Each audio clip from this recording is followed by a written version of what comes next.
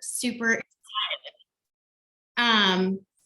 So to get us started, like first I want to just kind of maybe go around and introduce everybody. I know that I think that most people were on here earlier, but we might have a few people that weren't.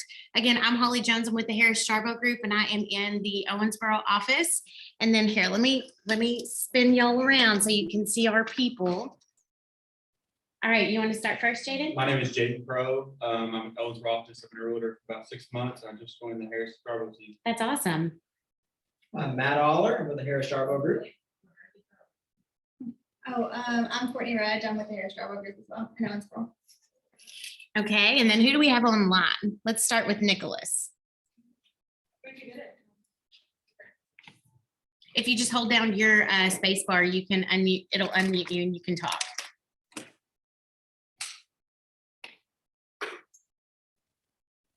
Who do we have in Heartland? My bad. I was getting a pen. What was the question? We were just introducing ourselves. Hi, I'm Nick. I just got my license in November, KWXL. So I'm excited to get started. Yes.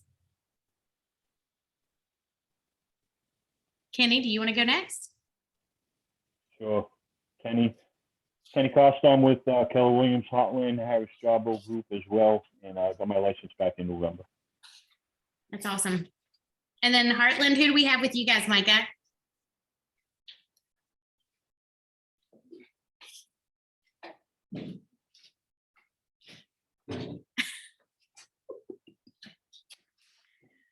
Micah.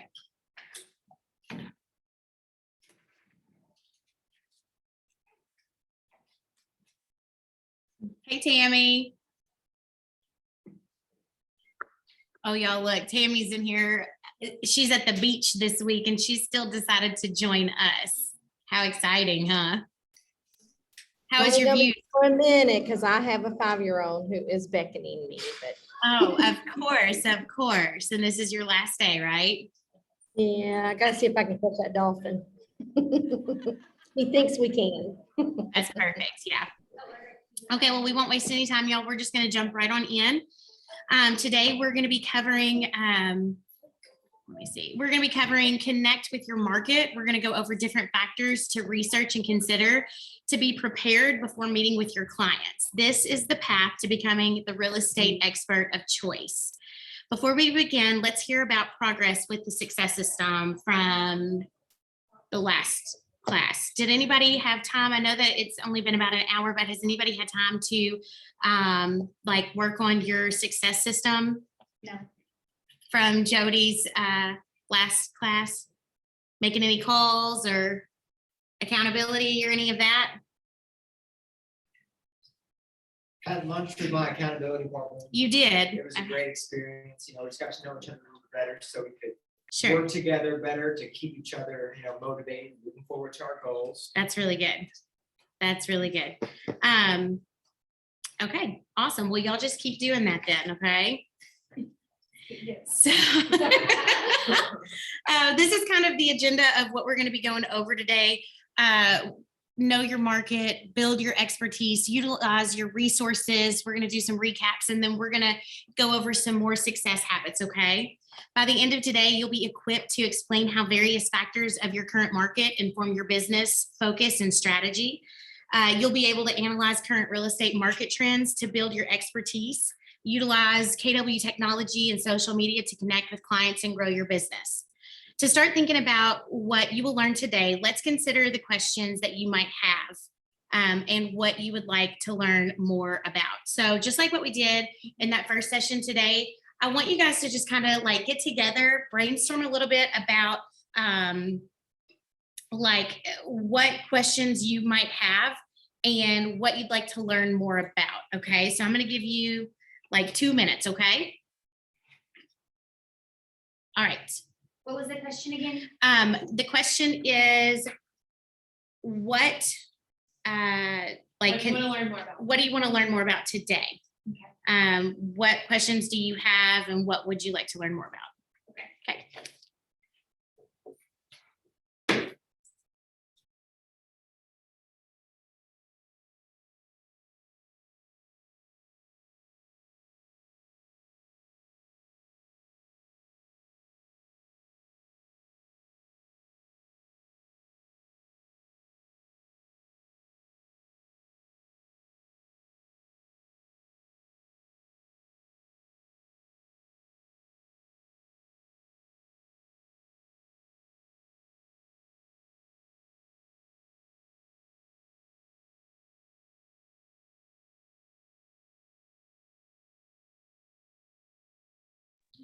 Okay, y'all, so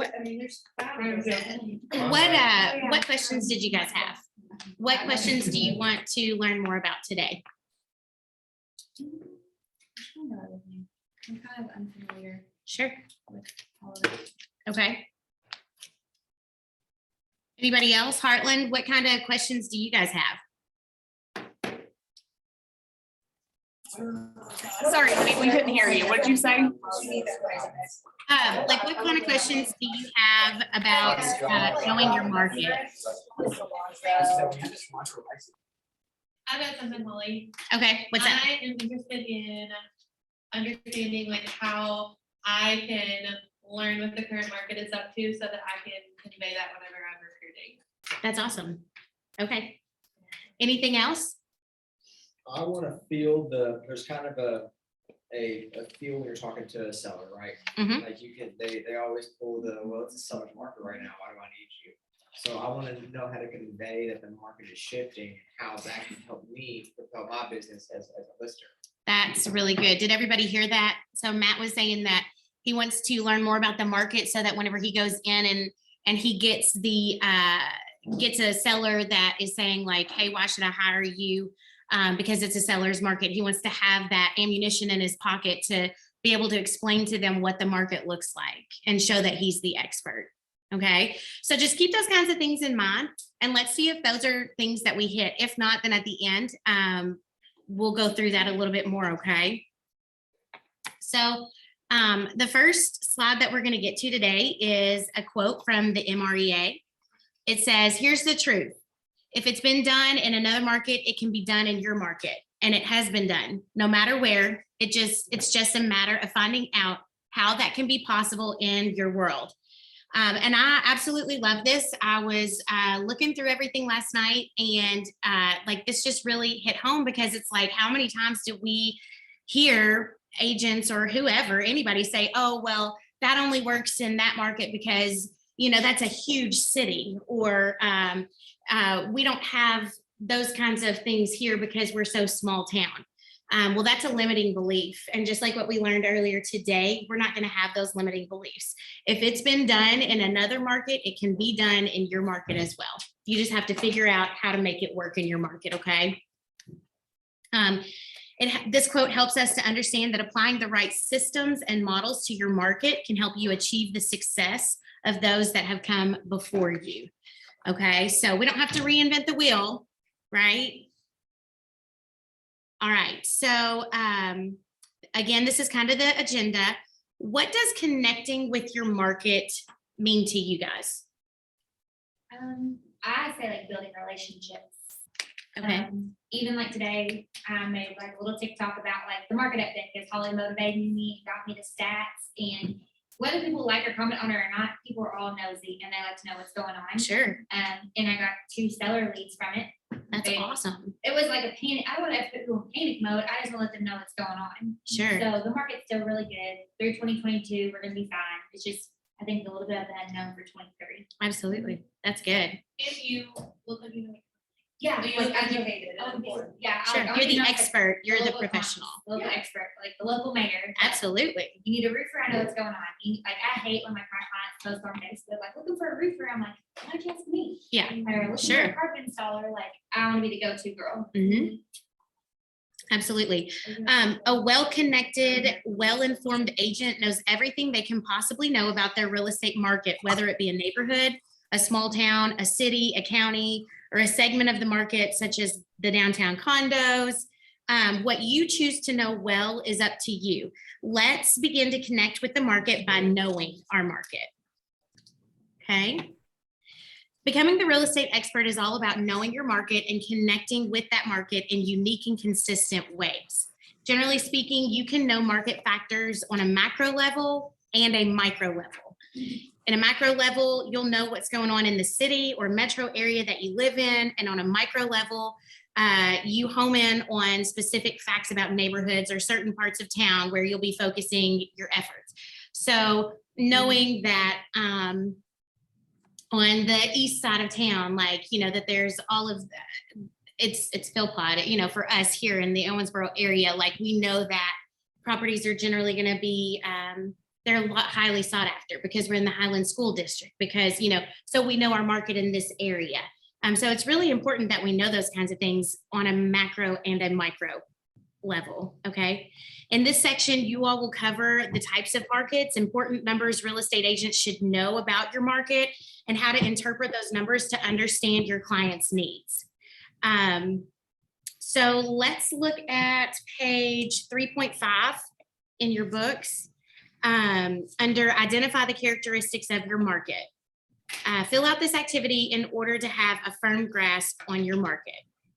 Okay, so I'm going to give you guys just a second to kind of go through that and start filling it out. Okay.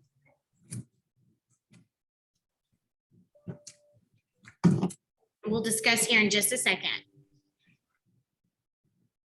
There's a grace when the heart is under fire. That was fine. Another way when the walls are closing in. And when I look at the space between where I used to be and this reckoning, I know I will never be alone. There was another in the fire, standing next to me. There was another in. Okay, y'all. So how hard was that for some of you guys? Do y'all know those numbers just right off the top of your head? Because I'm going to be honest with you, I didn't. I'll make sure I did. I had to go online and I had to do some digging and I had to research this, but I tell you what, like, I'm really glad that I did, because the information just on this sheet, it kind of like caught me off guard. And then not only that, but once I got done finding the answers for this, like right now, I wanted to look at it in comparison to what our market looked like a year ago. Because, some people, especially when we start getting in our sellers market, they're like, well, my sister sold her house last year for this and they did this. And so like, we have to know, what was it like in 2021? What does it look like today? What does it look like it's doing, not just in the past 30 days, but, and then like in the future, like, what is it going to continue to do? So that's why it's so important that we know what our market is like. So what kind of markets do you know about already? Like, what are important numbers about your market to know? What do you guys think? What do you think are some important numbers that you should know, that you should be able to rattle off right off the top of your head? Average days of market. What, average days on market? Okay. Average sale price. Average sale Average price. site price. Yep, average price, absolutely. Anybody else? Interest rate. Interest rates? That's good. Yes, that's absolutely another one. So to be the real estate expert, you must understand your market of the moment. You see, markets, they change constantly and sometimes rapidly. And we all know this because we've all been living in that rapidly changing market for the last, 2 or 3 years now, right? And it requires us to pay attention, read the signs, and truly understand our market. This is the only way for us to be the expert and be the fiduciary. This is the only way that we can deliver expertise and perspective on the market that we are all in, us and our clients, right? Okay, there are 3 kinds of real estate markets that we're going to talk about today. We've got a buyer's market, a balanced market, and a seller's market. So real quick, what are we in right now? Sellers. Absolutely, definitely. A seller's market, it's less than 5 months of inventory.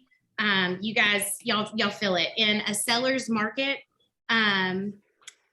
the demand for homes is greater than the supply of homes available, or there are more interested buyers than there are homes for sale. This puts the seller at an advantage and often creates multiple offers. And I know that we've all been feeling that here lately. In a buyer's market, that means there are more homes for sale on the market than there are interested buyers. I don't know that we've seen that in a while, right? It was like barely there when I got in real estate, and then maybe buyers still had a choice. Like, you could sit Sure. for a week and think about 5 houses you looked at. Yeah. About it.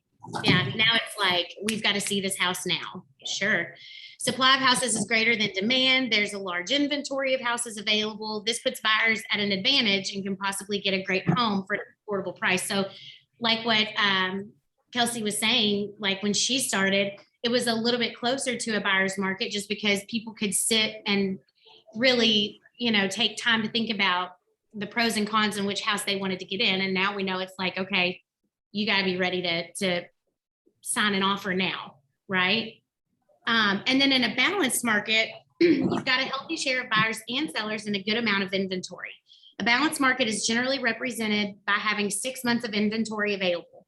It means there are plenty of both houses and buyers at the same time. A shift occurs when the market moves from one market to another. What do you think causes a shift in a market? I think we all know part of, yeah, interest rates. I guess interest rates is really well. Interest rates and COVID started the supply Yeah, and demand. yeah. No one could get supplies, so then it made pre-existing more in demand. Absolutely. Anybody else? Inflation. Yeah. Absolutely. Inflation. Jaden said inflation. So how can knowing your market help you prepare for any shifts? I always say like prepare for the market you're not in. So even though it's been like an awesome seller's market, like don't let off the gas pedal. Yeah. Because like you'll already be 10 steps ahead when that buyer's market comes. Because Absolutely. your pipeline already filled. Absolutely. Kelsey was saying keeping that pipeline filled so that you always have an abundance of buyers and sellers, no matter what happens in the market around you, and being knowledgeable to share with your sellers, like, hey, we're starting to see that shift. And keep your expenses lean. Like, so even when you're like booming and, you might be the buyers rental houses or you're running a team, like, don't be blowing money. Like, prepare for the market you're not in and go lean and like put that back to hire another position. That's really or good. Bonus people, or I don't know where it could take you. Sure. But just run lean even in a killer market. Yeah. She was saying run your expenses as lean as possible. I think that's great. Yeah. Absolutely. Okay. So as mentioned, inventory is the primary factor in determining what kind of market you're in. Inventory can help indicate the health and robustness of the market. Using your local MLS can help you guys determine the current inventory of your market. If inventory has started to decrease, this could be a sign a shift is ahead. And the same is true if homes start staying on the market longer or not selling. If multiple offer situations start to disappear and some houses start to not receive viable offers, this could indicate your market is preparing to shift. This may affect how participants think about lead gen strategies. Okay. So does anybody, well, you guys were here with me this morning, but does anybody know like what the inventory looks like in your market? Micah, do you know what it looks like there? Or anybody? So like for us today, like on GLAR, there's 161 new listings, 66 price changes, 36 back on the market. It shows 93 closed and 104 pending and 4 expired for GLAR. What is the what's the average number of days a home stays on the market there?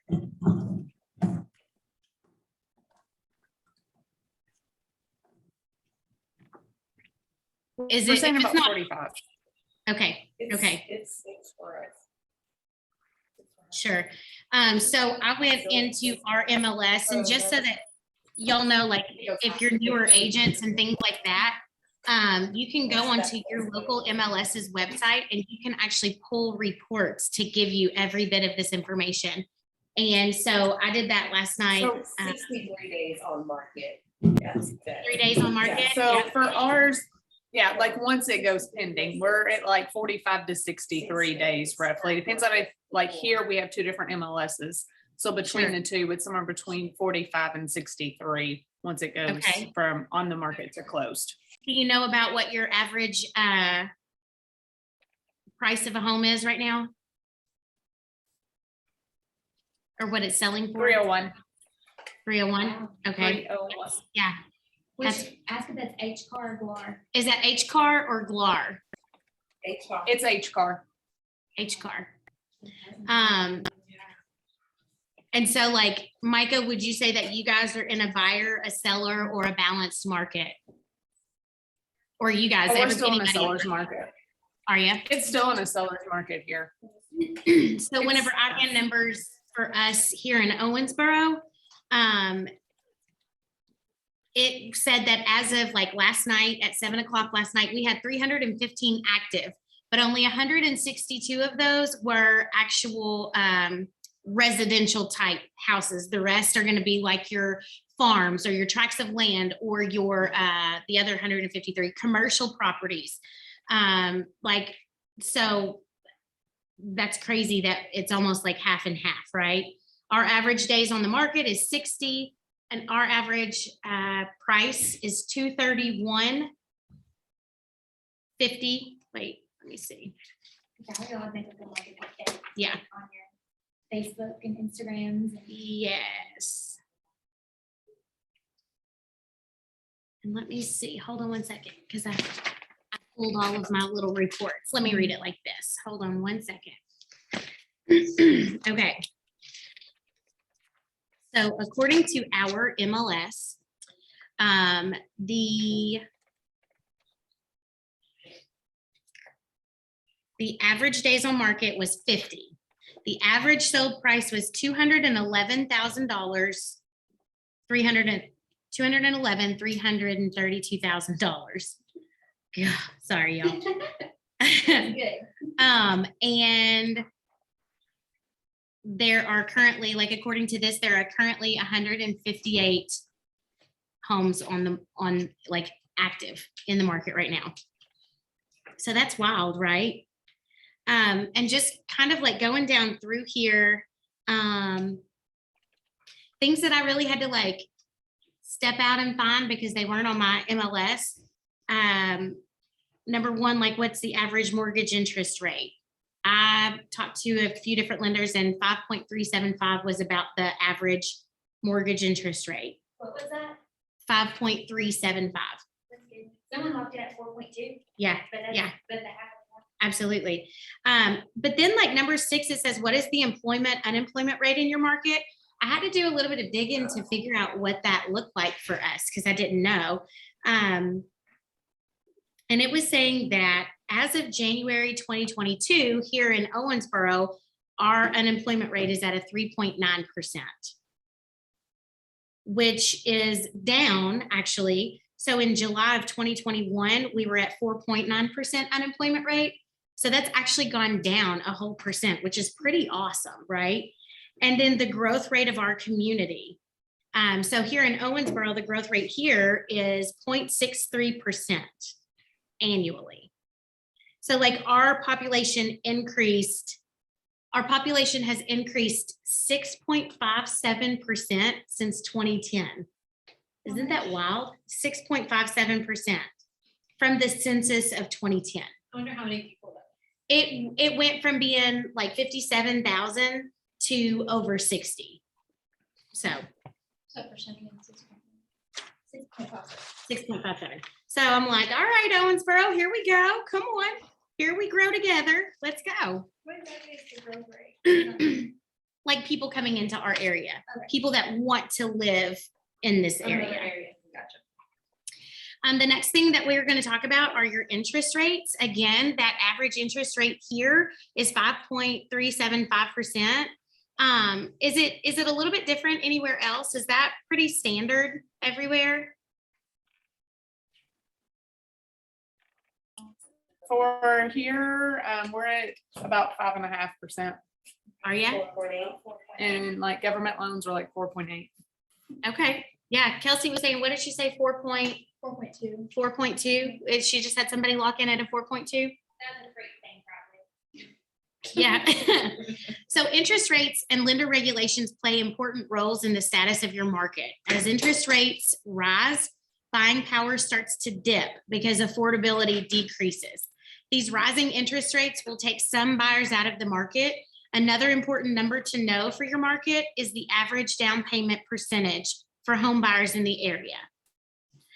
Paying attention to lender regulations can help agents get a feel for where the market is headed. If lenders are changing their policies, they could be signaling that a market shift is on the way or that it's already here.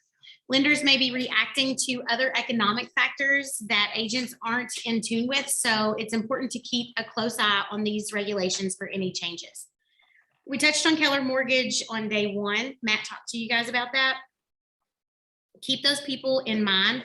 They are great resources to help you navigate those numbers, okay?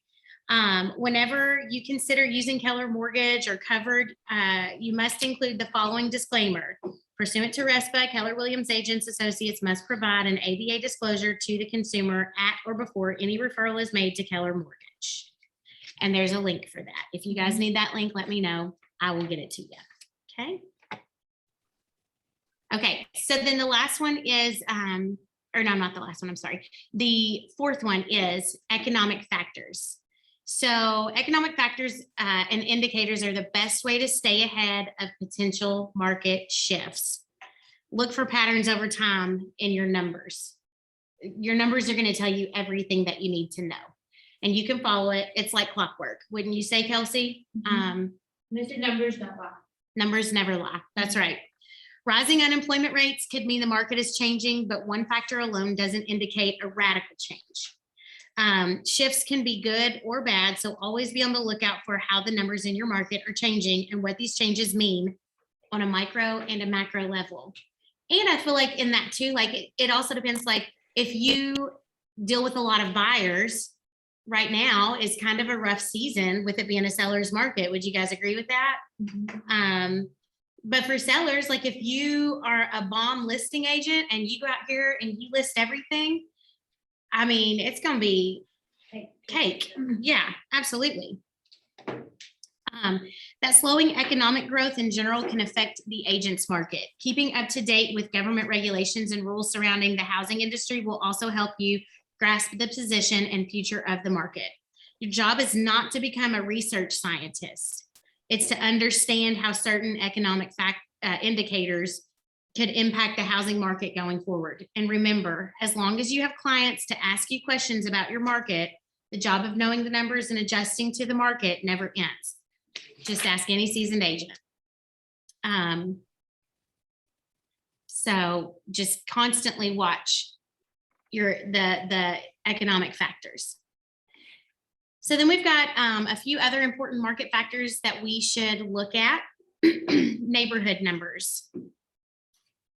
And this is really important to know. As you begin previewing homes in certain neighborhoods and having open houses, it's good practice to become familiar with certain statistics of the different neighborhoods in your market. As you begin showing houses in certain neighborhoods,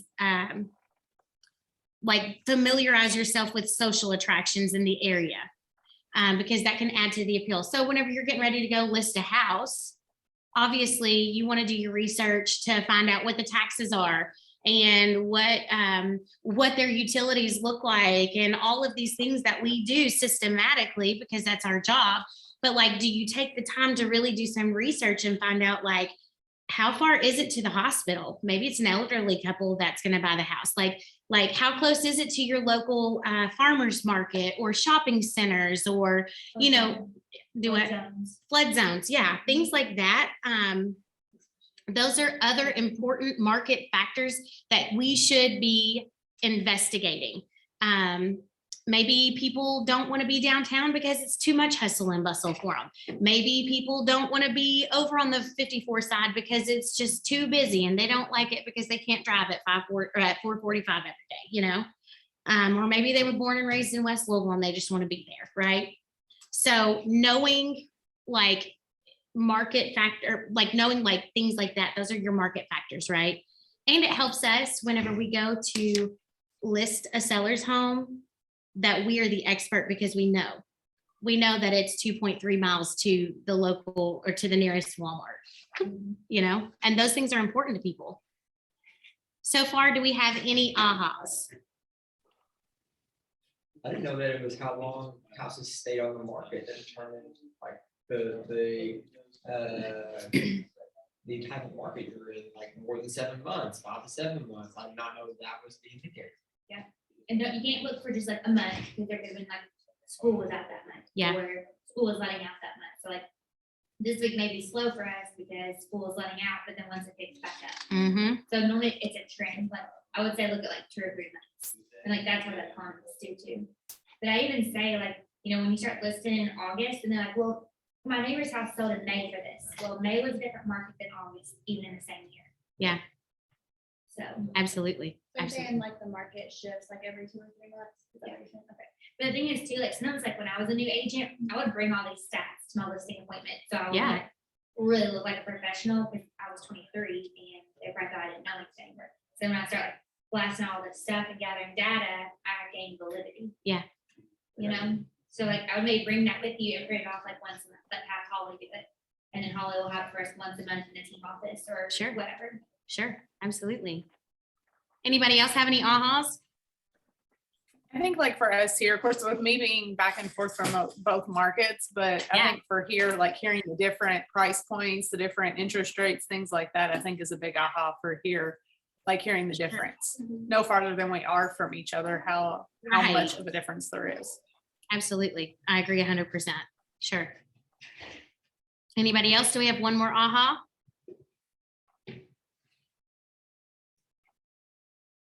Nobody? We got crickets? I think like you said, knowing about like the distance to the hospitals and stuff is kind of important that I didn't think about. Sure. Okay. Good deal. All right.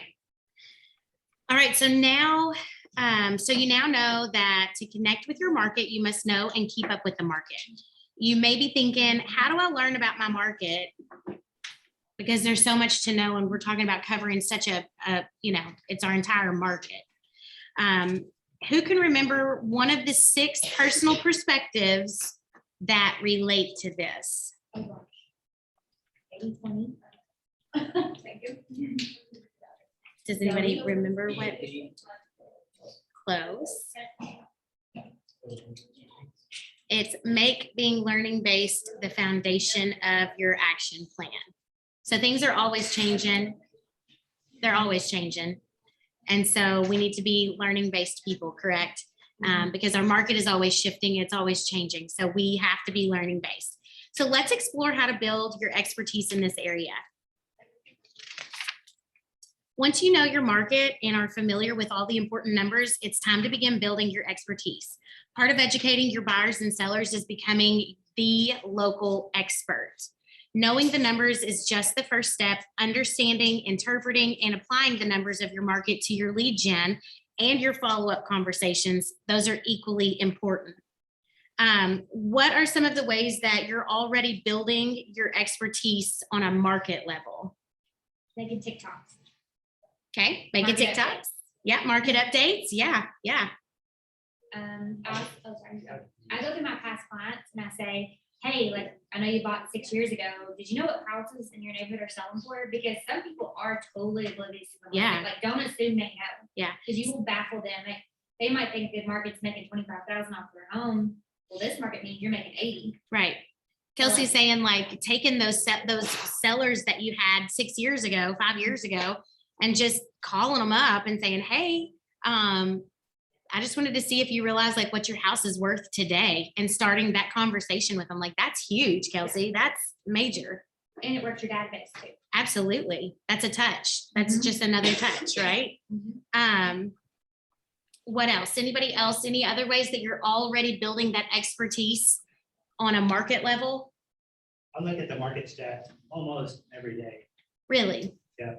I look at how many houses are being closed, how many listings are new, how many listings are available today versus a year ago versus 2 years ago. Really? And do you have like reports already built out in like Navica, or? I built a report in Navica that I can download. So I'll do a search and then I'll export it. And then I'll pull pivot tables to the data that I need to answer the questions that I have in my head. I might meet with you after this to kind of see how you did that. Okay. Okay. I'd be happy to do that. That would be awesome. So using your local, using your MLS system is going to be major. Like, it's not just to go out there and find details on a house. You can do so much more. Our MLS is built to help us as agents be the expert in our market. It's, you know, it's to help us be the professional. It's why people want to hire us.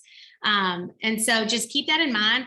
If you don't know, call your local MLS board and ask them if they'll sit down and run through pull-in reports with you. Because I know that we've got somebody here in Owensboro that does that over at Gora. And I'm sure that you guys probably in your other areas, I know that you guys do as well. Just give them a call and I'm sure they'd be more than glad to help you guys with that, okay? So let's look at the 4 steps to building that expertise, okay? Let's look at the 4 steps that you can take to start building your expertise right now. These are not the only steps you can take to build your expertise, but they're just a really great starting point. So first and foremost, you have to know the language of real estate or lore. Know how your market is moving and how to communicate this to your buyers and sellers. Ask yourself if there are signs of the market picking up or slowing down. It's also important to track the numbers and reports from your market center. How do your local numbers and their changes compare to the national market? How are things flowing? It's important to be very focused on potential changes that seem to be more than seasonality or normal flow. Like we all know that in the wintertime, sometimes it'll slow down, seasonality. People don't really want to sell their home during Christmas because they've got all their Christmas decorations up, or, January might be a slower month than others. But we all know that come March, April, May, everything is going to start speeding back up again and we're going to get rolling, right? And we go into the summer and generally we're busy. In the summertime, we're all busy, right? Those are times to take market share too, though. Absolutely. Like in the slower months, like when people take off work, like most realtors take off October through December for Halloween, Thanksgiving, Christmas. Yeah, So if you're out there working, you're not taking market share they can't get back. that's right. That's right. As you track the bigger market, track your own business as well. When you use Command to track your leads, appointments, and transactions, you're able to notice trends as well. These will help you analyze your market and notice any changes over time in your own business. So that's, again, just reiterating of why it's so important that we put all of our contacts and all of our information into Command, because it actually has things on the backside that are going to help you know more about how your business is flowing, okay? Tracking all these changes allows you guys to better understand what might impact your clients and serve them better. The changes could be signs that y'all need to, that we need to preach more patience or more urgency. So I know that every single one of y'all have had that conversation with buyers right now of like, hey, I know that you want to go home and y'all want to talk about it for the next 3 days, but we don't have that kind of time. This house it's already got 3 offers on it. We're going to have to make a decision, right? And so sometimes like knowing a lot of these changes and being able to see those things is going to help us know what conversations we do or do not need to have with our sellers and our buyers, okay?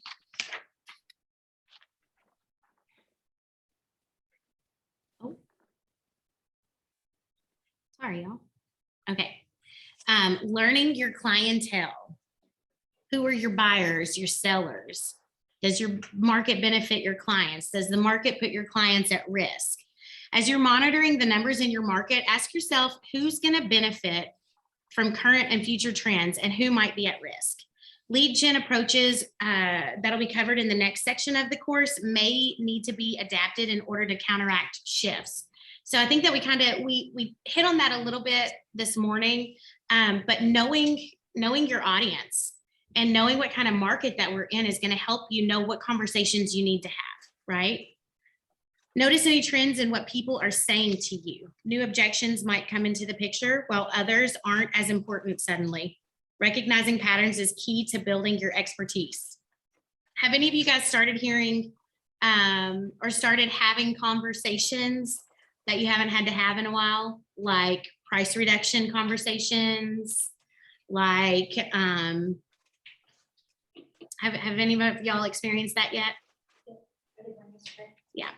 Or just other conversations that you haven't really had to have in a while that it was like, oh, whoa, okay, we haven't had to hit on this for a minute, right? Mm-hmm. So I'm not saying that it is, but it could just be, those could be beginning signs of things working its way into a shift. You got to look at all the factors that are out there. Recognizing patterns is key to building your expertise. So the ebbs and flows and shifts of the market can be great for different types of clients. A shift might be great for investors or those that have cash looking to move into a neighborhood. Know who could benefit from the changes you're noticing in your market's numbers. Keep this in mind when it comes to lead gen and follow up that we will cover in the next sections of this course. Listen to individuals. Go to where your people are. Talk with people who are learning about the market, your clients and potential clients, and chat with them. And more importantly, listen to them. The knowledge they provide could be very helpful for you as you make sense of the market. And as importantly, what your clients think of the market. As you make sense of the market, it's just as important that you listen and understand what your client thinks of the market. For example, people might be saying, interest rates keep going up, so I better buy now. Or my neighbor's house hasn't sold, so I'm just going to hold off on selling mine because the market must not be good right now. Do those sound familiar? Well, this is so easy. My neighbor sold their house in 2 days. Why do I need to list with an agent? So like, that's why we need to understand, like, where are they getting their information from? And how do we have those conversations with them to show them our value as agents, right? Listening to individuals is a great excuse to reach out and follow up. So when you hear somebody say that, then you can come in and say, hey, can we sit down and have a real conversation about this? Like, let me bring some data and I'll show you, like, if you feel like right now is not a great time to sell your house, let me bring in some paperwork. Like, let's sit down and take a look at this and see what the numbers really look like, because the numbers don't lie, right? And so then you're being kind and graceful, but at the same time, you're showing why you are the expert, why you're the professional, and why they need to list with you. And like, when I'm showing people the data, if they don't believe it, like, and I'm showing them the facts, right? And if they don't want to listen, I just move on. Like, I'm not going to convince them if they don't want to be convinced. Sure. So just go on to the next one, go home, have dinner with my kids and be on the way. That's good. That's so good. Like, don't get wrapped up in like, I have to have this listing. You show them the data, and some people are going to accept it. Some people aren't. But at the end of the day, we give them the data. These are the numbers. This is what we look at every single day. And whether they accept it or not, it's up to them, and we move right along, right? Because we don't come up from a place of scarcity. Let's see. This all underlines a key point. Be there. Be present where your people are. You're guiding your clients in the journey, and that means you need to know where they are and how to best help them.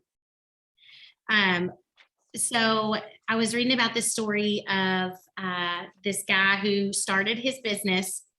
He was a real estate agent, and he wore a shirt that advertised his business. And people would see his shirt and say to him, oh, you're in real estate. How's the market? And he'd always respond with, the market's great. Why do you ask?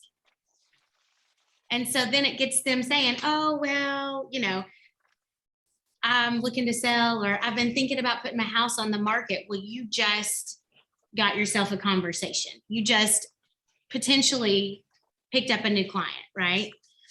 Anyone you meet is a potential client. So responding to inquiries about your business with proactive language will get people talking and make you one step closer to earning new business. So like Matt, whenever I was reading about this, I saw this all over you, just wearing a t-shirt that says like the Harris Jarbo Group or whatever it is. And being out in public and somebody asking you, like, it's a simple question. Oh, how's the market? And you strike up a conversation. Well, there's another conversation, right? He got a lead at Salsaritas on lunch.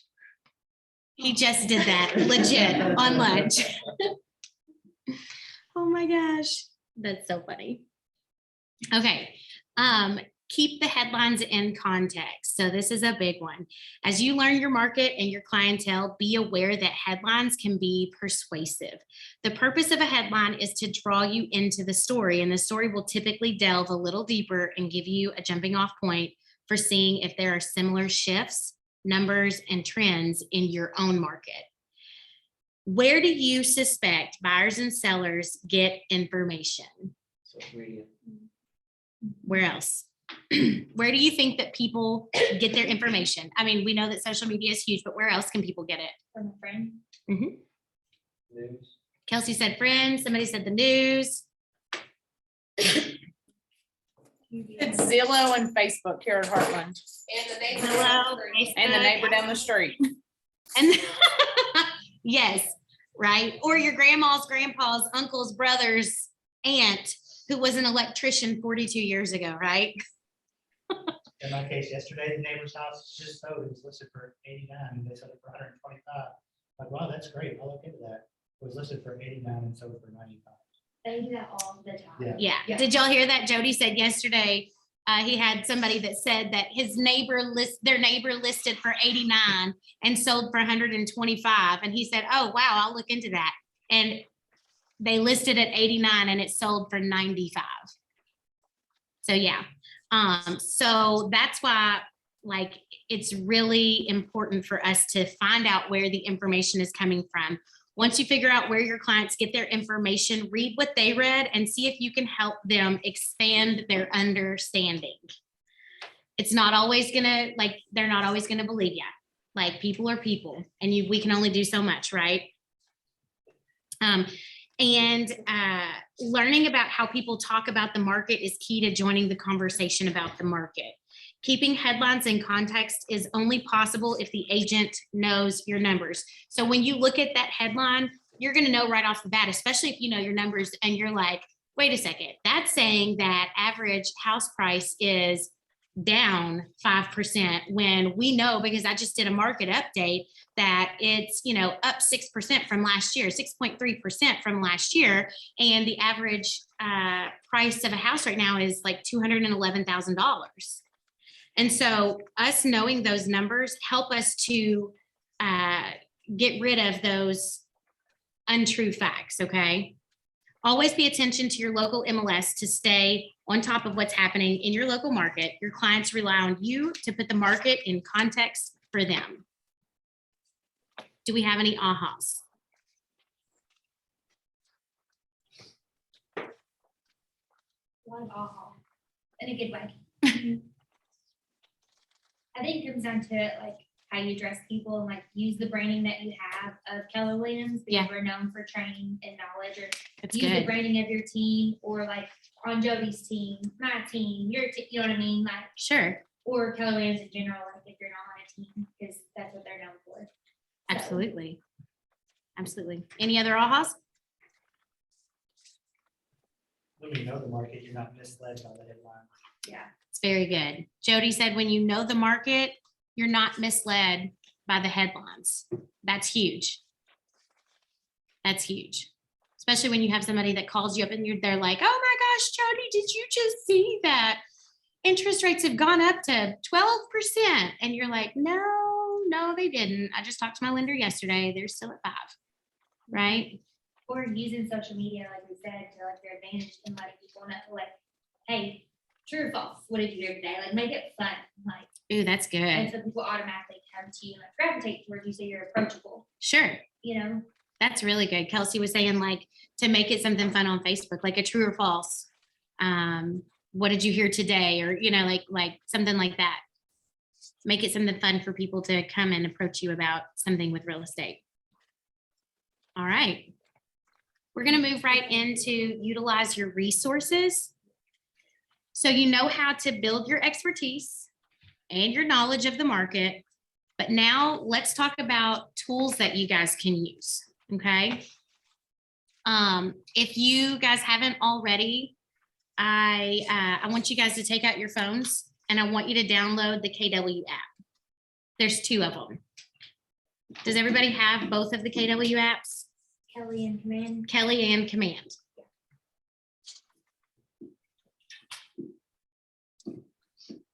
So if you haven't, like, you can go into your app store, they're right there.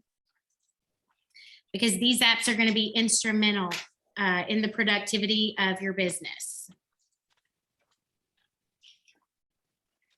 You can go to Connect Courses. That'll help you guys utilize the unique functions of the apps. You can greatly benefit your business with these, okay? I'll give you guys just a couple of minutes to get those downloaded.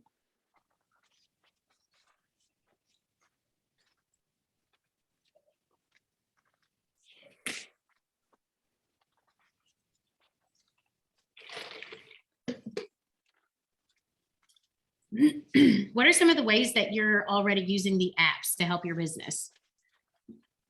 Do any of y'all know exactly what the two apps are?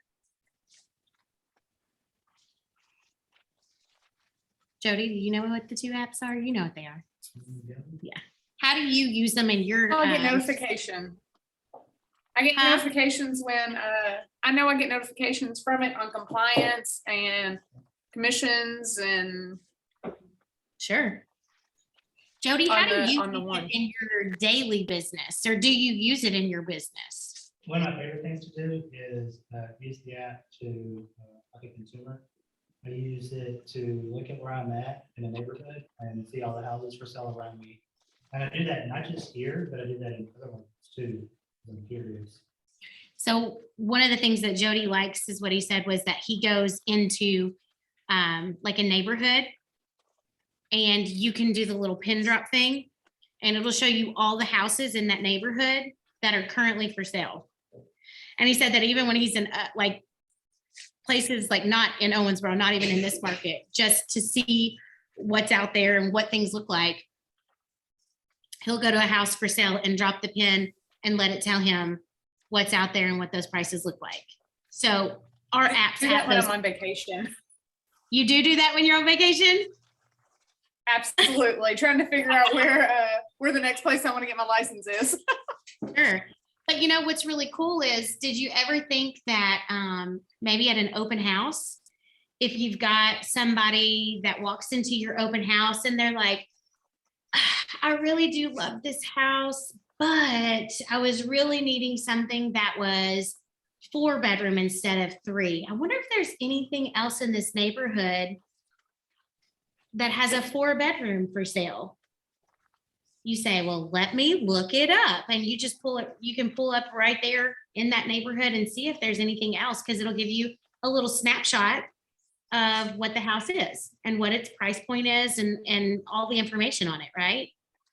And then tell them they can do it too. Go ahead and download the app on your phone. Yeah, yeah. And then whenever they download it on their phone, they have your information. So anytime, and that's the other thing, like anytime they start playing in it and they are doing that, well, on the back end of command, it's actually going to start sending you notifications. It's going to say, Matt, do you remember whenever you gave this to Holly Jones? Well, she's looking at houses in this, and this price range. And she hearted these 3 and she's looking for 2-bed, 2-bath. So then that gives you the leg in to come in and say, hey, so is this like, what price point are you looking in the $150,000 price point? Is it this neighborhood? Like, it gives you that way of getting in there and making those calls and following up with those leads. Okay. Okay. Command app is a single platform for agents that can help them with everything from lead gen to database management, organizing necessary tools in one spot. At the same time, the KW app, developed to complement Command, is streamlining the home buying and selling process and connecting agents and consumers like never before. KW has cutting edge technology in how we approach the real estate market. Further, the KW app is the consumer facing tool that connects consumers to the agent, just like we were just talking about. It works in tandem with Command, which is designated for agent use. The biggest value of this technology, which is available to KW agents and teams at no cost, is cutting down on expenses that can cripple profitability. So where before you would have to pay to have all of this technology, it's something that's built in for us as KW agents. When teams face lower operational expenses, they can reinvest their dollars and build their business to deliver an exceptional consumer experience. Even more, you can increase efficiency while keeping agents at the heart of each and every transaction. Command can assist with lead gen, automating workflow, managing transactions, customizing reports, enhancing customer service, and making better business decisions. It is one of the best ways to know and connect with your market and will be an essential tool in your real estate career. Y'all will learn more about Command and all its business enhancing and time-saving features later on in Ignite. So it is really cool because you can actually go in there, put people in Command. You can set up smart plans for them. And it will actually alert you. It'll say, Holly, you need to contact these 5 people because you told them a week ago that you'd be contacting them in a week. Today is the day. Give them a call, right? It's going to notify you so that you always look like the expert, that you're never left. You don't leave people hanging, right?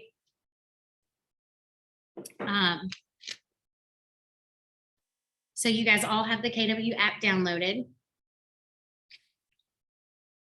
If you didn't, if you weren't able to, this is another way, like it just kind of goes through the directions. It's the last piece of the Keller Williams technology ecosystem. It is the consumer facing counterpart that connects the consumer to the agent. For the consumer, your KW app is a unique experience because they can personalize their app through collections, saved searches, saving homes, and hiding homes. Those customer insights are visible inside of Command, now providing a more comprehensive understanding of a client's needs and wants. Be prepared to offer the KW app to everyone you know and everyone that you meet. Okay. I'm going to see if I can do this really quick. So whenever you send that to people, like it's so easy for them to connect with you. And it captures all of that information and it stores it in your Command. So then you don't even have to go out there and put that information in because they do it for you, okay? So here we are back at that success system, right? Your daily success system includes an activity to complete a 10-5-1 social media engagement plan. Do you guys do a social media engagement plan currently? Like, do any of you guys make sure that you go out and do these things every day? Right. I mean, I know that we're all on social media at least once a day. Social media is a great way to market yourself freely. And you should be active on many, if not all, popular social network sites. So get on Insta, get on Twitter, get on Facebook, be on TikTok. Whatever platforms it is that you love and that everybody's on, get on them. Even if it's just your business page. And that's another thing. Make sure that you have like your personal page, but make sure that you have your business page as well. And get out there. Like Facebook makes it so easy now because we can actually go out there and we can schedule posts to go out. But just like with this is saying like, go out and start scrolling through your news feed and like 10 posts, at least 10 posts a day. Now, I probably do 100 posts a day just because I'm like, ooh, love on all of them. Write comments, 5 comments a day. Even if it's just like, oh, your dog is so cute, or your baby is just perfection. Things like that. People eat that up. And then send 1 direct message a day. Just, hey, I saw this on Facebook and I just wanted to see how you're doing. I'm so proud of you. What a great accomplishment that you got that job that you've wanted since high school, and things like that. Like, people remember that stuff. It stays with them for a long time. And then they start looking at what you're doing on your social media and they're like, oh, I didn't realize that Holly's in real estate. Well, as a matter of fact, I was getting ready to list my house. I might have to give her a call. So just that one little touch can open up a whole new world of things, right? So then we start talking about, like, you don't want to be so overly real estate on your pages, right? When you post on social media, you should follow an 80-20 posting plan. 80% of your posts should not be about real estate. They should be about other things that interest you, whatever that might be. Your kids, your dogs, your pet lizard, whatever it is. Then the other 20% should be real estate. It says 1 Only 1 out of every 5 original posts that you create should be about real estate. Okay, so if you look in your books on page 3.8, there is a brainstorming your social media personality. And I want to give you guys a couple of minutes to kind of go through this. Answer the questions. Y'all can talk amongst yourselves for a few minutes and just see what you come up with, okay? So we're going to do that now.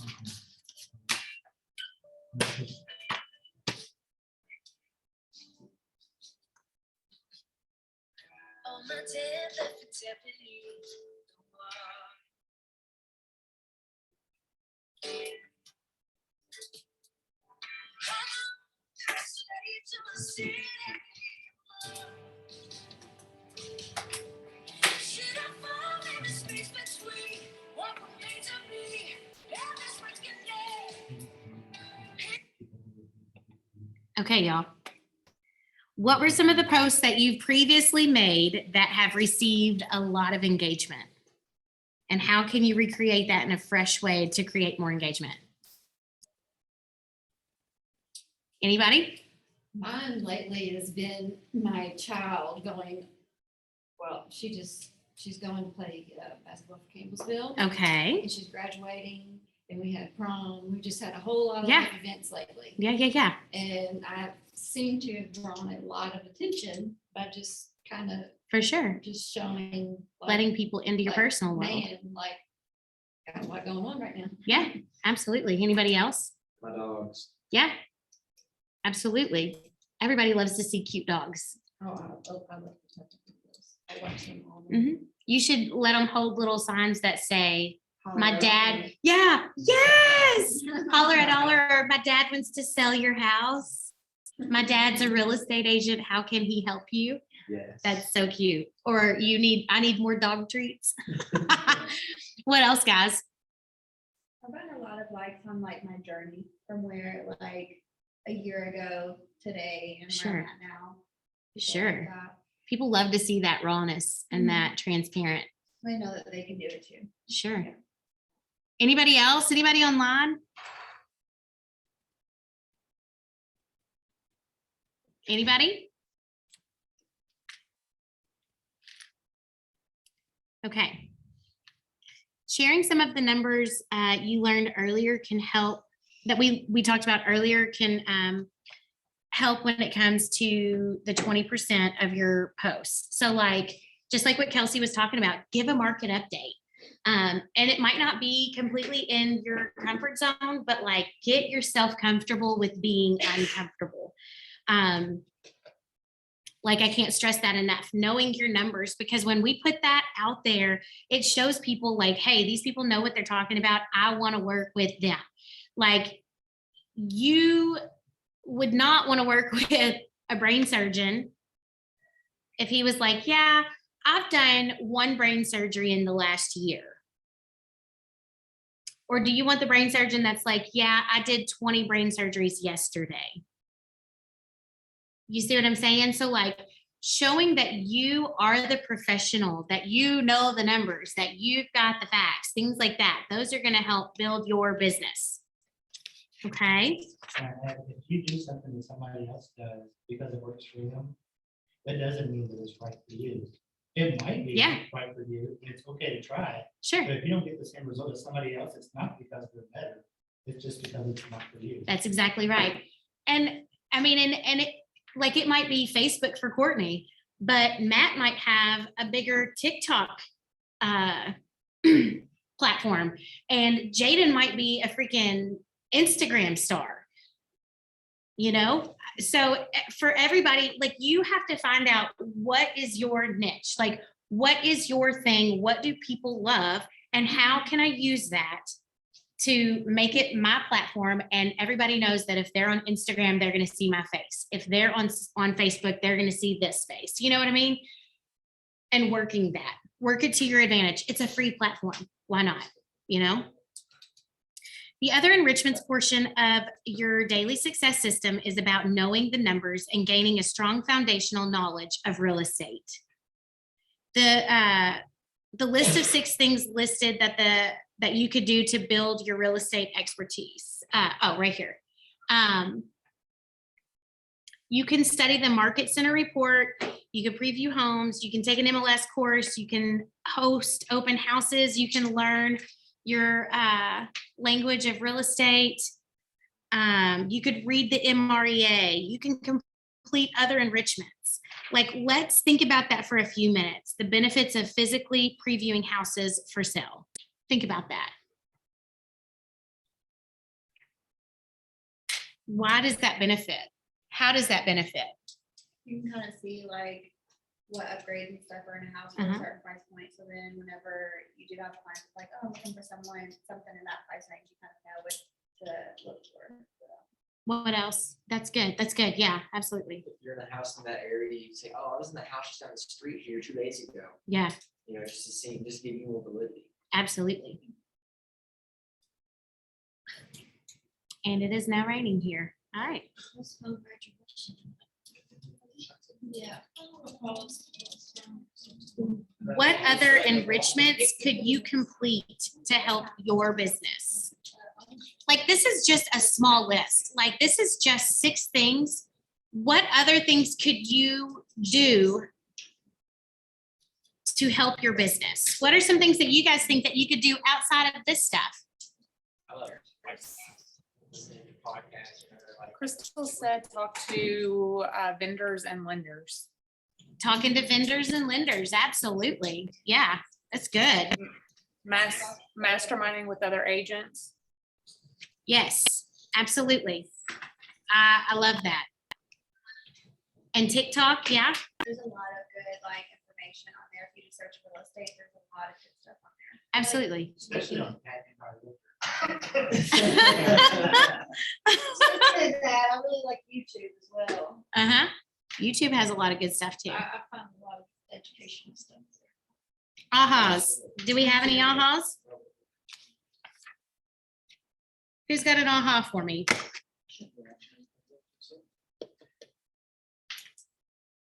I think like you said, kind of making a plan to do like certain things on Facebook. It's really good because I was just doing it, you know, just on my own, but to be like, okay, I need to do this much this day and all that. It's really good. It's called green lighting, isn't it?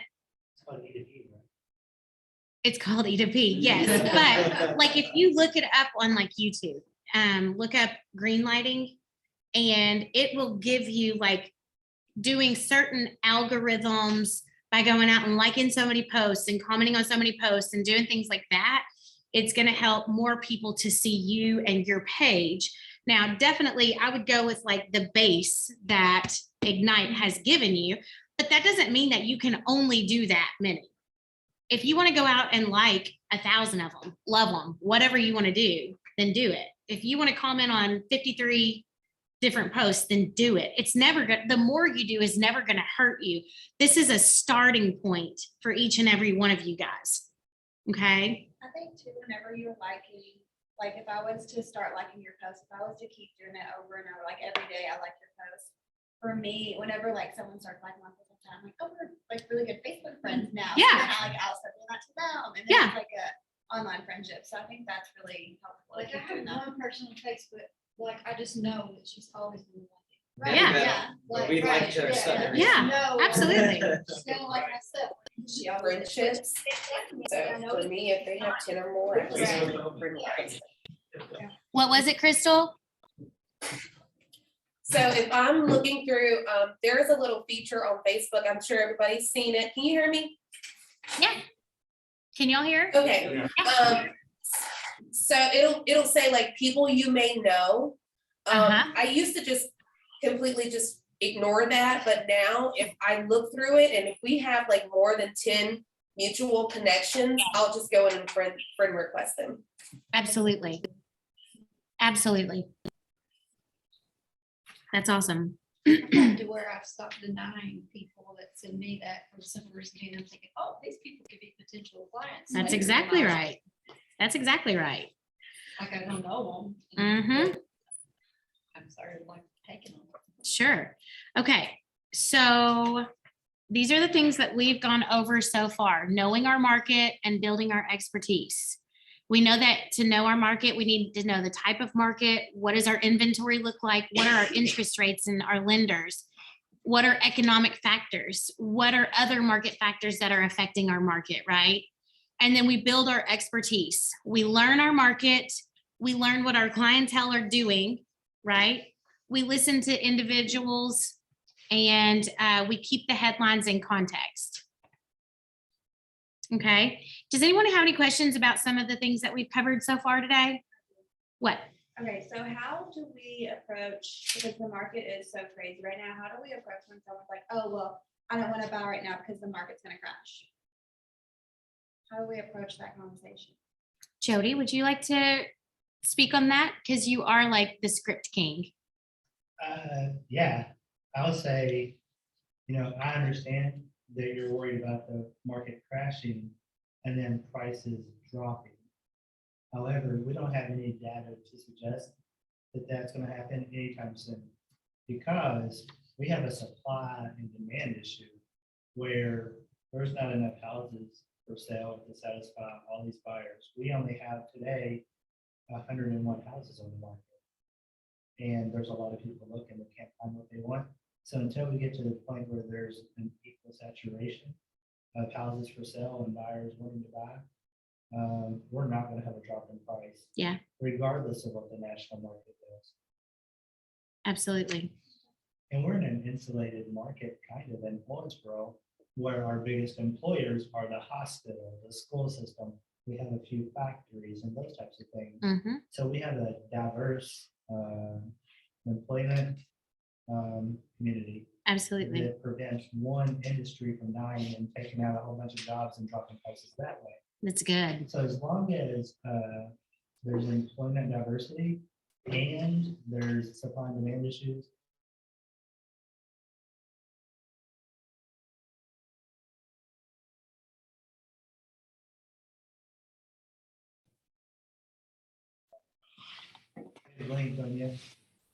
Hey, y'all, I'm sorry about that.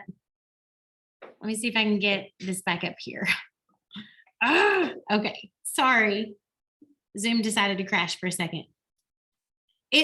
Listen, it just started like pouring down rain here in Owensboro, so it's kind of wild.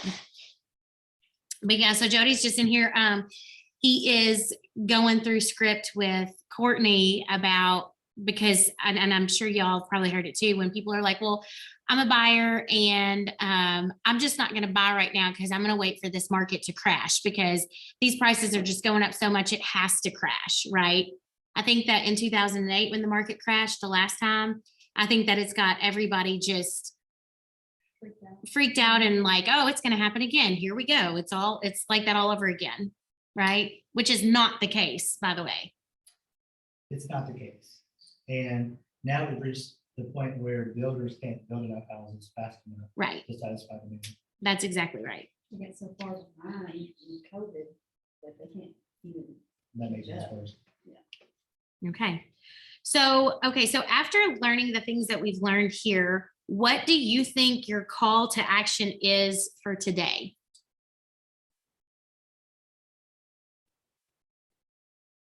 Become a market expert and to engage more than just post.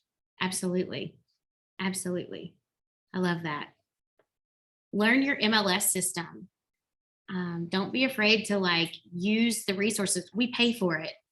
We pay Gora for them to keep that up to date and keep all that information. We should be using what it is we're paying for. It's like having a gym membership and never going.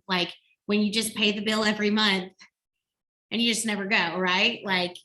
use it. The tools are there, use them. Okay. Moving right along, y'all. Here we go. Ahas to achievement. How has your thinking changed? What ideas or mindsets were new?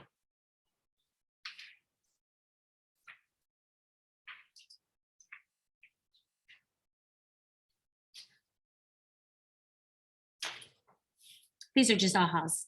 I would say, for me, just trying to find more categories to study, more data. To be on top of it before anybody else. Absolutely. What do you guys feel differently about? Like what has been meaningful to you guys today? I think that not having to always be the person posting, that you can be the person commenting, is actually kind of freeing to me. Yeah. I felt like that was the only way that I was gonna get any interaction on Facebook. Mhm. I feel like you're doing work without doing work. Sure. Now I can just, throw a comment out there and it still get my name out there. I didn't think Absolutely. about it like that. How will your behaviors be different going forward? And what actions are you guys already planning to take?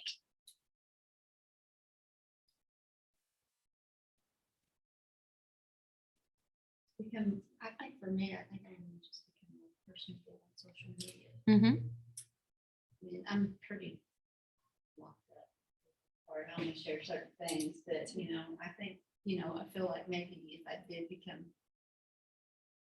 as far as on social media, a bit more personable. Yeah. It Yeah. kind of shifts things. Absolutely. I Oh, think yeah. For the people like yourself or like Bailey who aren't really public on social media, like you don't have to share a bunch of personal stuff. You just have to be personable. And you can talk about anything. Like if you Sure. like Kentucky Wildcats and that's your thing, like that could be the thing you talk about all the time. And Absolutely. that's your bridge to I have mean, a maybe conversation with a lot of somebody. the stuff that I put on social media is about my kids or sports. Mhm. I don't really share more than that. But of course, it's not personal stuff. It's just like life stuff that everybody does. It's Yeah. not like personal stuff. But that's Because okay. I am just like, I don't know, I'm just really.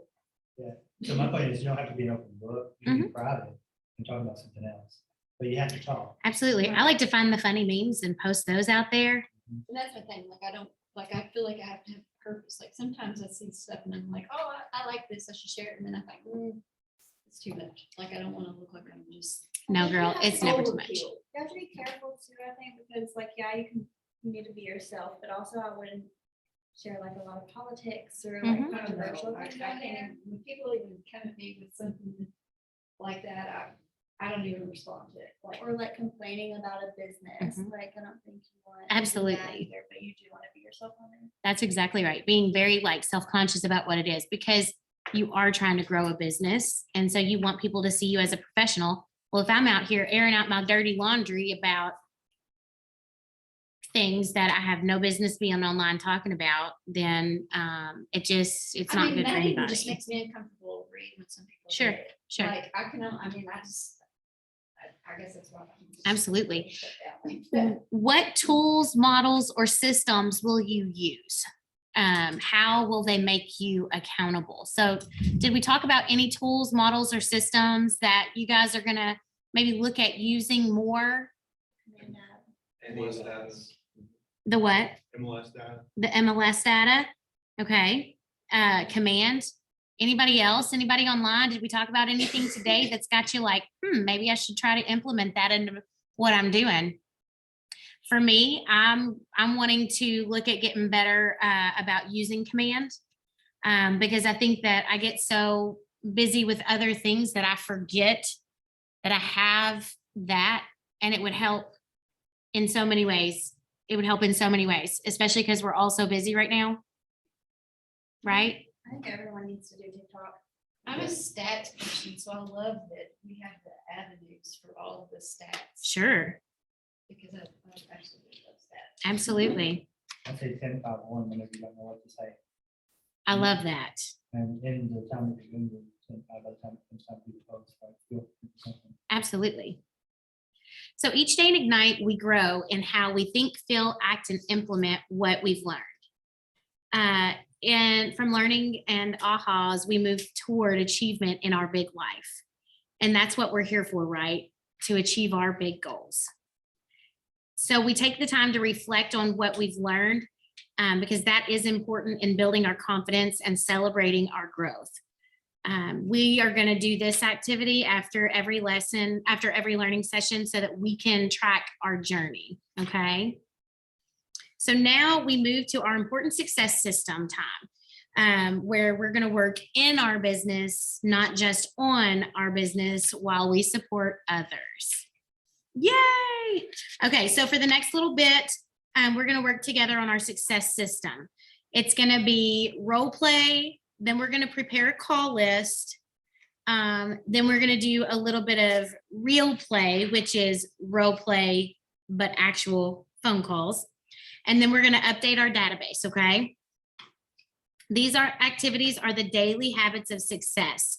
We practice them every day in Ignite, and you will continue with this rhythm for the rest of your career. Use the pages in your participation guide, and let's all work together on this activity. Okay, let's see. Oh, sorry, y'all.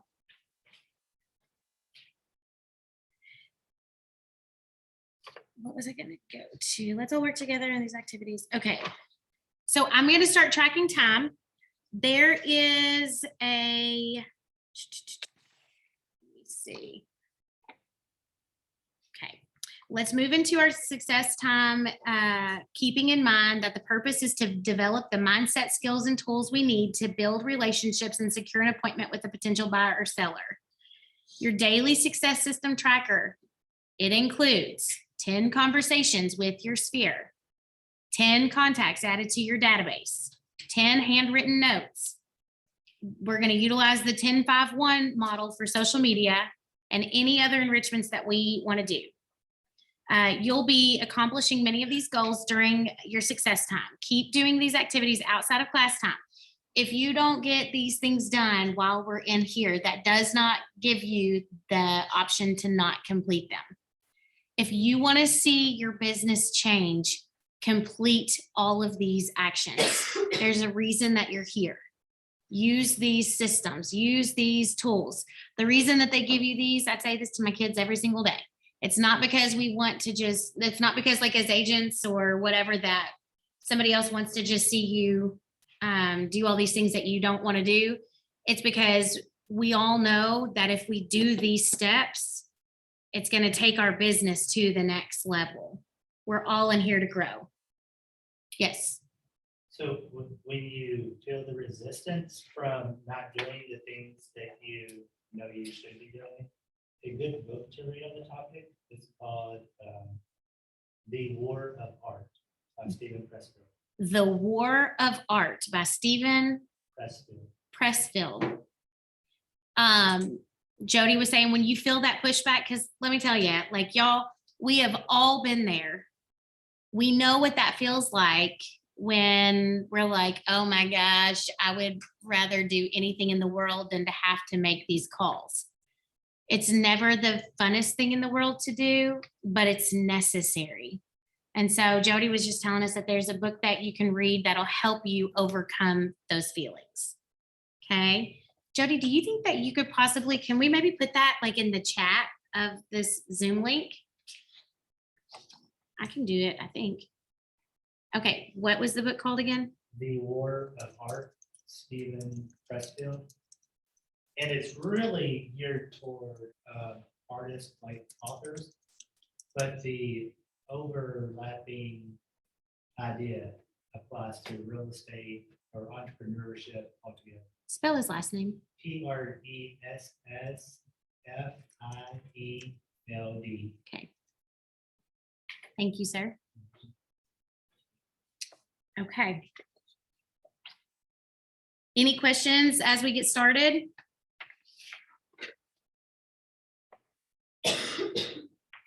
Okay, the first job of a real estate agent is lead gen, because the activity of generating leads is the foundation of your business. How many times have you guys heard that? If you don't learn anything else from Ignite, what is the one thing you will never forget? Lead gen. Lead gen. Lead gen is your number one thing. In addition, practicing conversations and dialogues will prepare you for success. That is appointments, signed agreements, signed contracts, and sales closed. Before we get involved in conversations with our sphere and lead generating, we must remember to comply with the TCPA and do not call regulations. And we've got a whole thing. I will let you guys read it here in just a second. Today, you're going to make calls to your sphere and people in your database. Before you make any calls or texts, please remember to honor the TCPA do not call list, including those of your market center and state. If you have any questions or concerns about this, please consult your market center or attorney to ensure compliance. Refer to the pages at the beginning of your participant guide for more details. Okay. Let me show y'all right here. Let me move this out of your way. Y'all can read through that. This is just about the do not call list. Okay.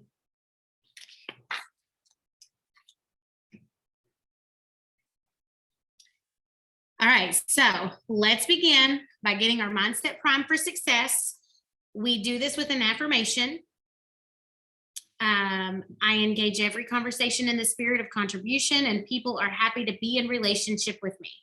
Turn to somebody that's close to you and say this affirming message out loud to the other person. Okay, so are we all ready? Here we go. 1, 2, 3. I engage every conversation in the spirit of contribution. People are happy to be in relationship with me. Yeah, okay. I'm super happy. Y'all sound ecstatic.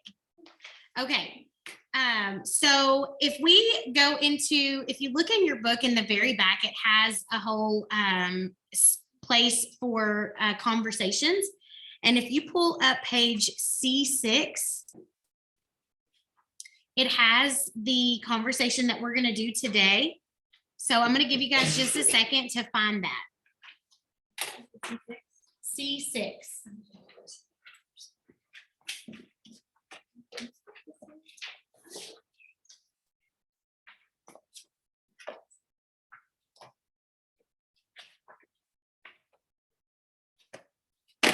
Well, everybody is pulling that in.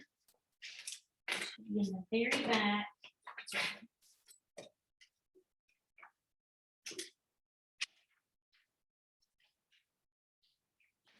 You hold that in.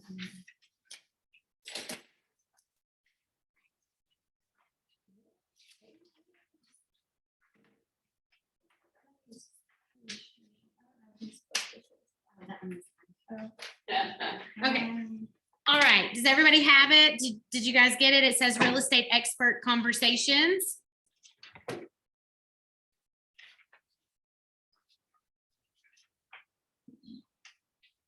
Okay. So this is what it looks like. So what we're going to do is I want you to take a couple of minutes. We're going to take about 5 minutes, and I want you to prepare the conversation and practice it aloud to yourself. So just literally just read it out loud to yourself, this conversation, and put in your own, where it has the number sign. So did you know that blank homes are listed for sale? So I would say, did you know that 158 homes are listed for sale? That number increased by blank percentage in the past month and blank in the last year. And remember, we script and we read it and it feels robotic, but once we put this down on the inside of us, it's going to come out of us naturally.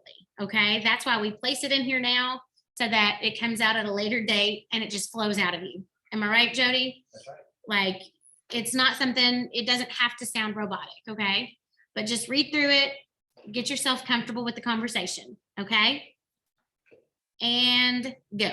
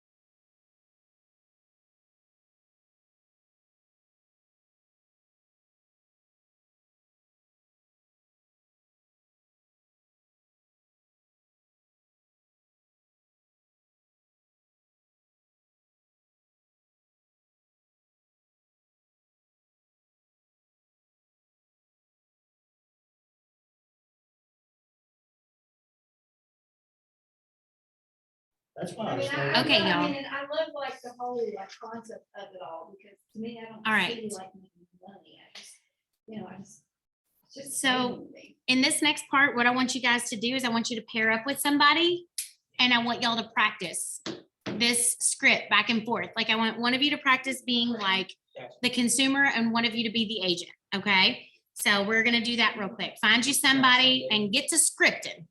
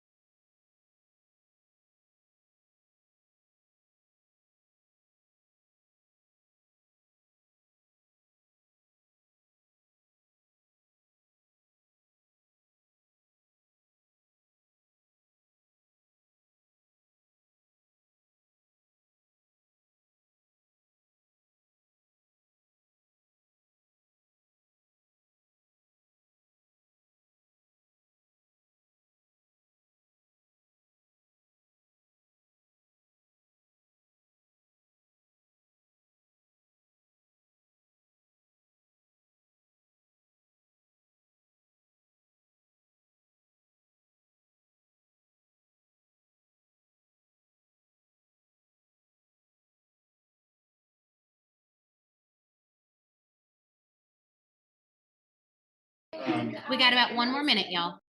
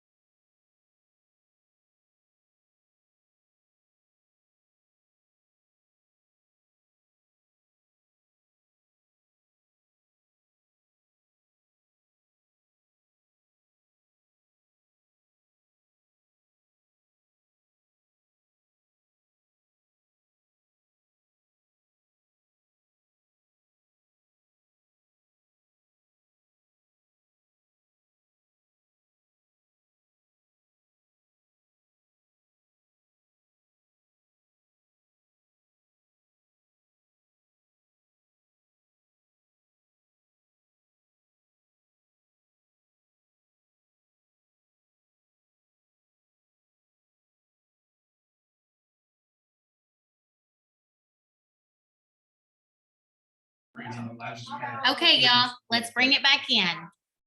Bye. Oh, sorry if you had to hang up on your people.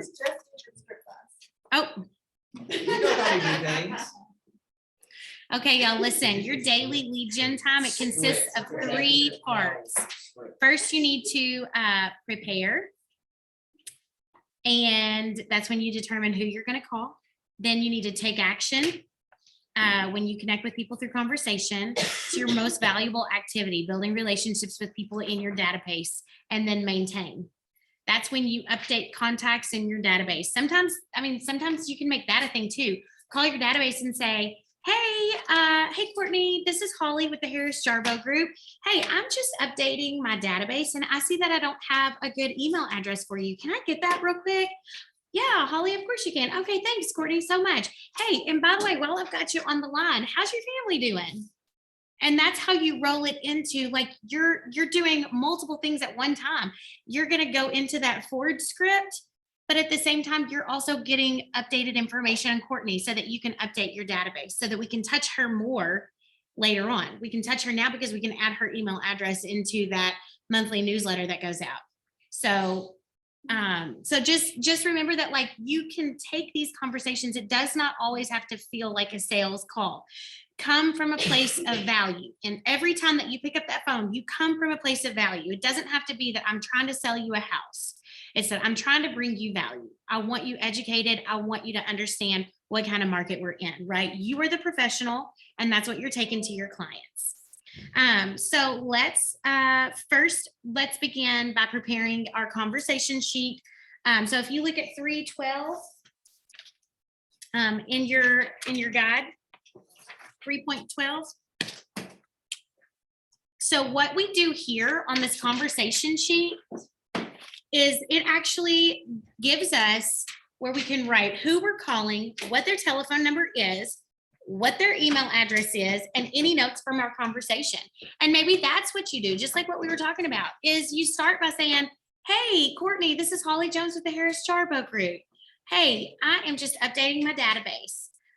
If you're a new agent, maybe it looks more like, hey, Courtney, this is Holly Jones. Listen, I am stepping into this new adventure into real estate, and I'm looking at adding you to my database. I'm not going to be calling you to like give you a sales pitch or anything like that, but I just want you in my database so that if the time comes that you're ever looking to buy, sell, or invest in real estate, I've got your information, and I would love to put you in our newsletter. Can I get your email address? And so you're not sounding salesy. You just want to get them information. Hey, I want you to know what the market looks like. Okay. So it doesn't always have to feel so businessy. And sometimes if you want it to feel businessy, then you can make it as businessy as you want it to be. Right. That's the beautiful thing, is that it is your business and you find out what works for you in your business, right? So what Holly does in her business may not be exactly the same thing as what Jaden finds works in his business, or what Matt finds to work in his business, or what Jody is doing in his business. And that's okay. That's what makes us all unique and different, and it makes us great. Okay. So only call people that you have permission to have a conversation with. Remember the TCPA. The real play activities in the classroom, like, these are going to be your money makers.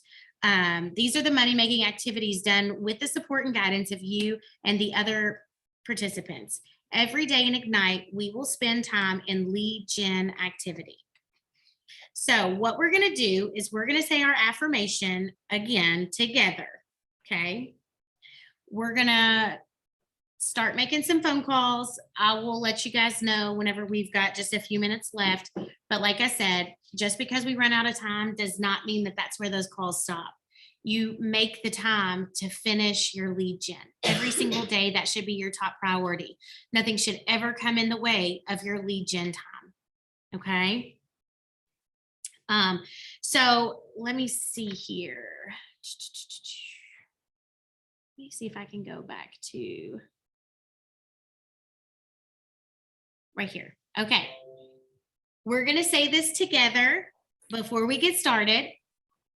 All right. 1, 2, 3, go. I engage every conversation in the spirit of contribution, and people are happy to be in relationship with me. That's exactly right, y'all. I'm super pumped. Okay, so I'm going to mute us. I want you guys to come up with some people to put on your sheet.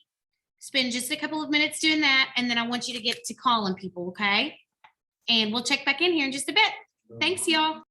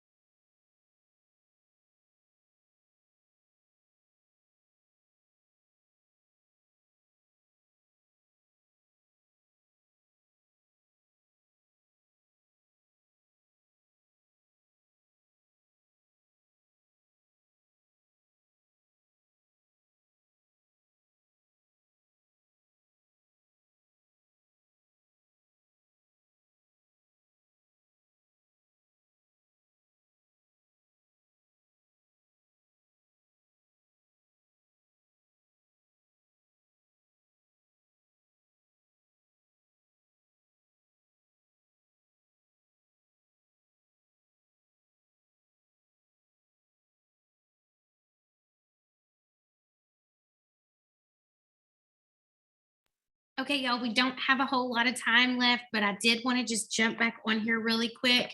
And I just wanted to see, has anybody had any successes? Tell me something good. Tell me what's good.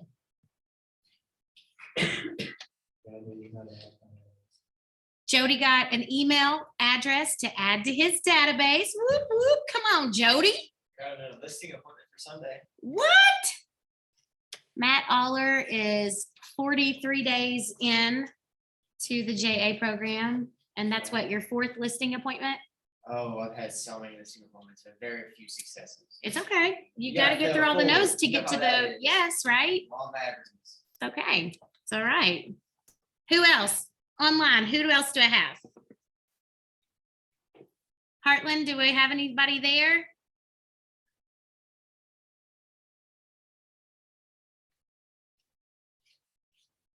There you go. Any other wins today? Okay, well, listen, our success system time together for today is over, and yet building your successful real estate business is not. If you didn't complete all your conversations, added contacts, handwritten notes, or followed up on promises made, finish those on your own or with your accountability partner. Be sure that you do the 10-5-1 on your social media, and that should be done daily. What are you going to choose to do as your enrichment? Like, what are you going to do outside of this to help grow your business?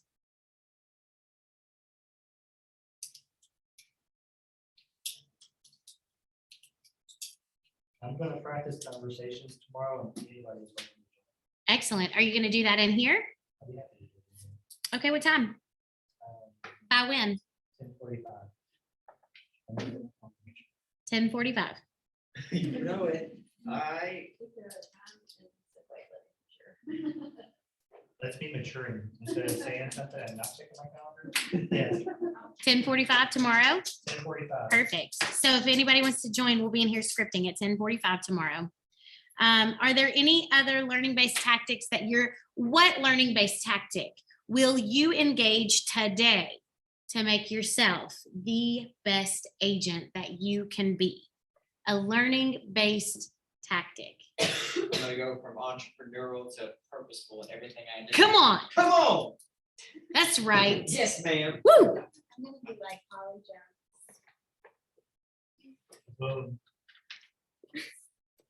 That's right. That's right. Okay, y'all. Were there any final ahas from today? You're a genius and I love you. Oh, thanks. Anything else? I think being able to kind of coordinate and correlate with others Uh-huh. also kind of helps give you like more ammunition. Absolutely. Like masterminding like that with people.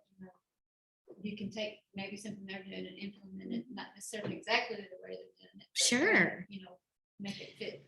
There's no reason to ever And- reinvent the wheel. And that's one of the beautiful things at I- Keller I Williams. like that. Yeah. Like, that's neat. We don't come from a place of scarcity, and it's like, hey, Jody, what worked for you? And Jody's gonna tell you every detail about what worked for him, because he knows that, like, if you're successful, he's successful too, right? His story is what got me there. Sure. because I All right, y'all. Well, totally- listen, thank you so much for joining us today for session number 3. Next week, we're gonna start with prepare for the next set, or for session 4, define your value. I am so glad that all of you guys joined us here today. I look forward to seeing you guys next week. I love your faces. We'll talk soon. Bye. Thank you.